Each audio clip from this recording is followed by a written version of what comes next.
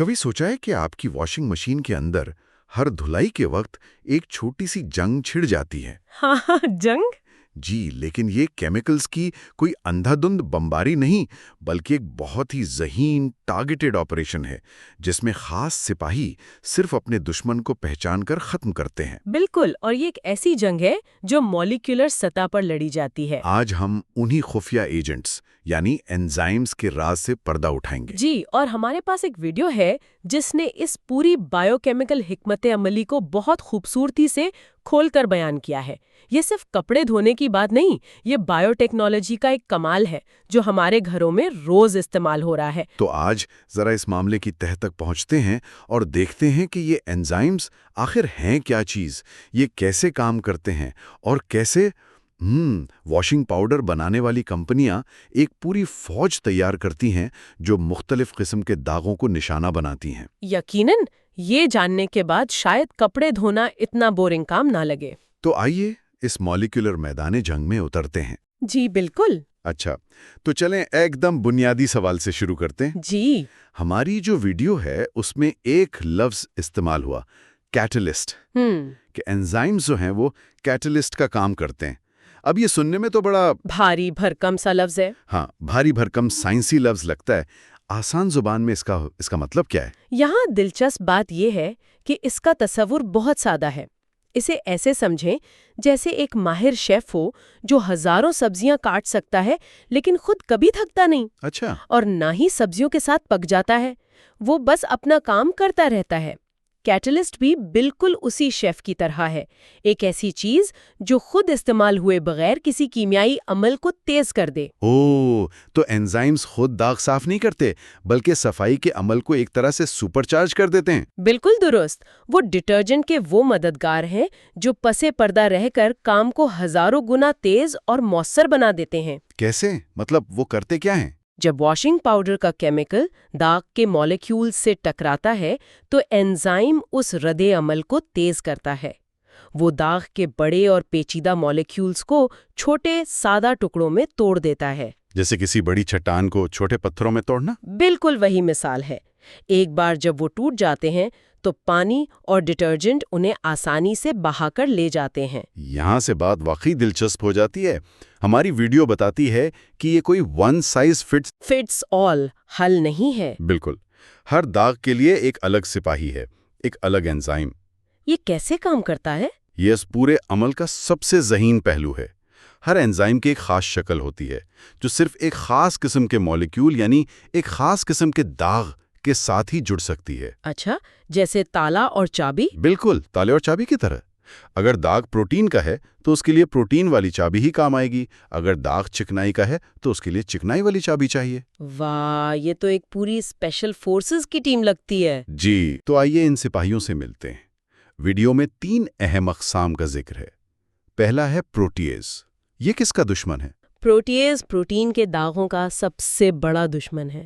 یہ وہ ضدی داغ ہیں جن سے ہم سب پریشان رہتے ہیں، جیسے انڈا، گوشت، گھاس اور خاص طور پر خون کے دھبے۔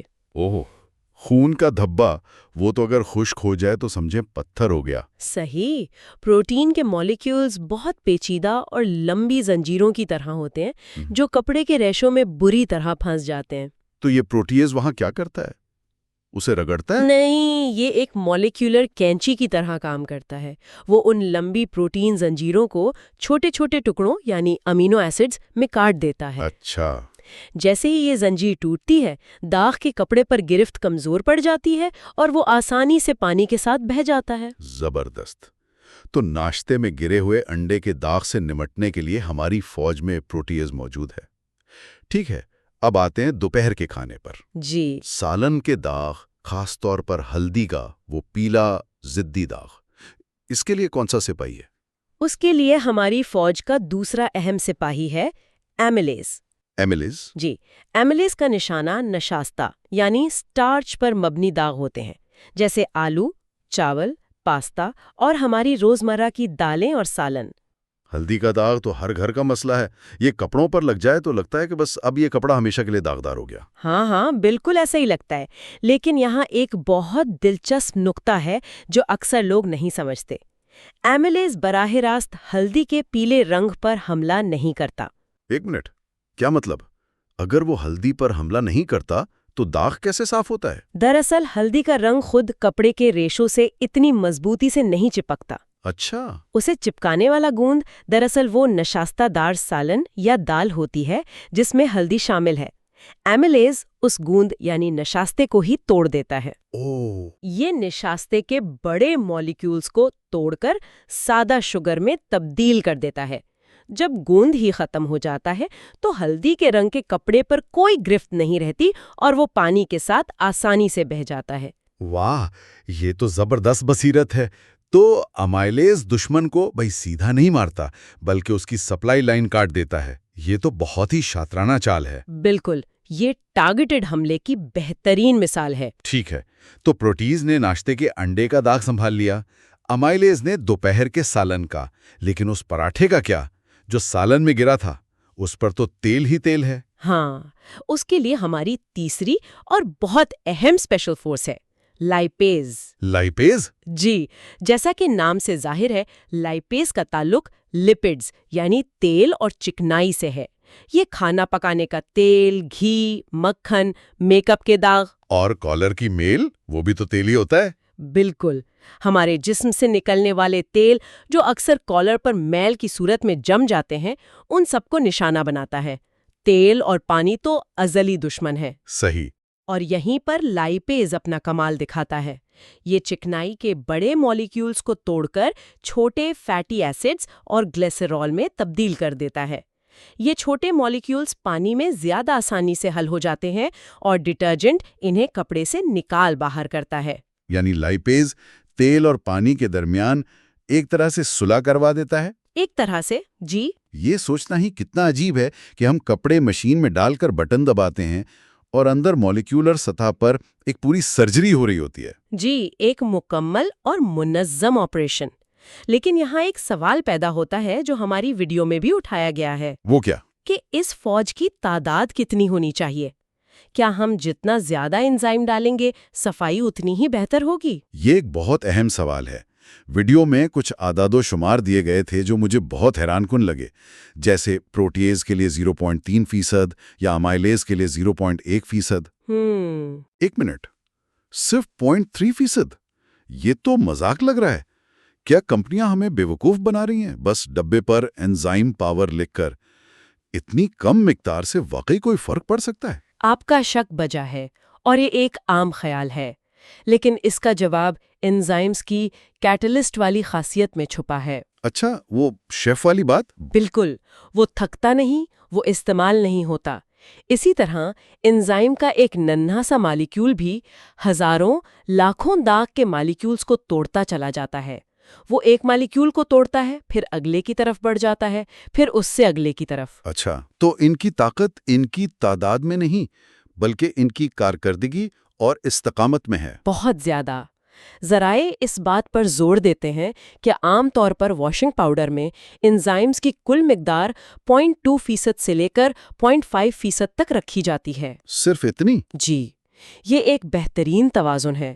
اس سے کم مقدار مؤثر نہیں ہوگی اور ایک خاص حد کے بعد مزید انزائمز ڈالنے سے کارکردگی میں کوئی خاص اضافہ نہیں ہوتا، لیکن واشنگ پاؤڈر کی پیداواری لاگت بہت زیادہ بڑھ جاتی ہے۔ تو اس کا مطلب یہ ہوا کہ ایک مہنگا ڈٹرجنٹ شاید 0.5% کے قریب انزائمز استعمال کرے گا، جبکہ ایک سستا ڈٹرجنٹ شاید 0.2% یا اس سے بھی کم پر انحصار کرے گا۔ بالکل، یہ صرف کیمسٹری نہیں بلکہ بائیو ٹیکنالوجی اور معاشیات کا ایک ذہین امتزاج ہے۔ یہاں ایک اور سوال میرے ذہن میں آ رہا ہے۔ ہم ہمیشہ سنتے آئے ہیں کہ داغ نکالنے کے لیے گرم پانی استعمال کرو۔ جی، یہ بہت عام خیال ہے۔ لیکن کیا یہ انزائمز گرم پانی میں بہتر کام کرتے ہیں؟ یہ ایک بہترین سوال ہے۔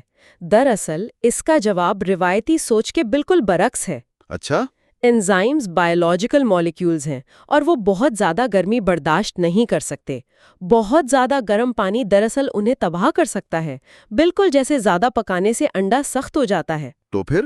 ان کی بہترین کارکردگی نیم گرم یا ٹھنڈے پانی میں ہوتی ہے۔ تو ہمیں داغ نکالنے کے لیے پانی ابالنے کی ضرورت ہی نہیں؟ بالکل نہیں۔ اور اس کا ایک بہت بڑا فائدہ ہے۔ ٹھنڈے پانی میں کپڑے دھونے سے آپ بہت زیادہ توانائی بچاتے ہیں جو پانی گرم کرنے میں خرچ ہوتی ہے۔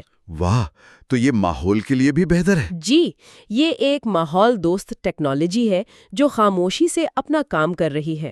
یہ تو واقعی ایک بہت بڑا پلس پوائنٹ ہے۔ تو یہ مؤثر بھی ہیں، کپڑوں پر نرم بھی اور ماحول دوست بھی۔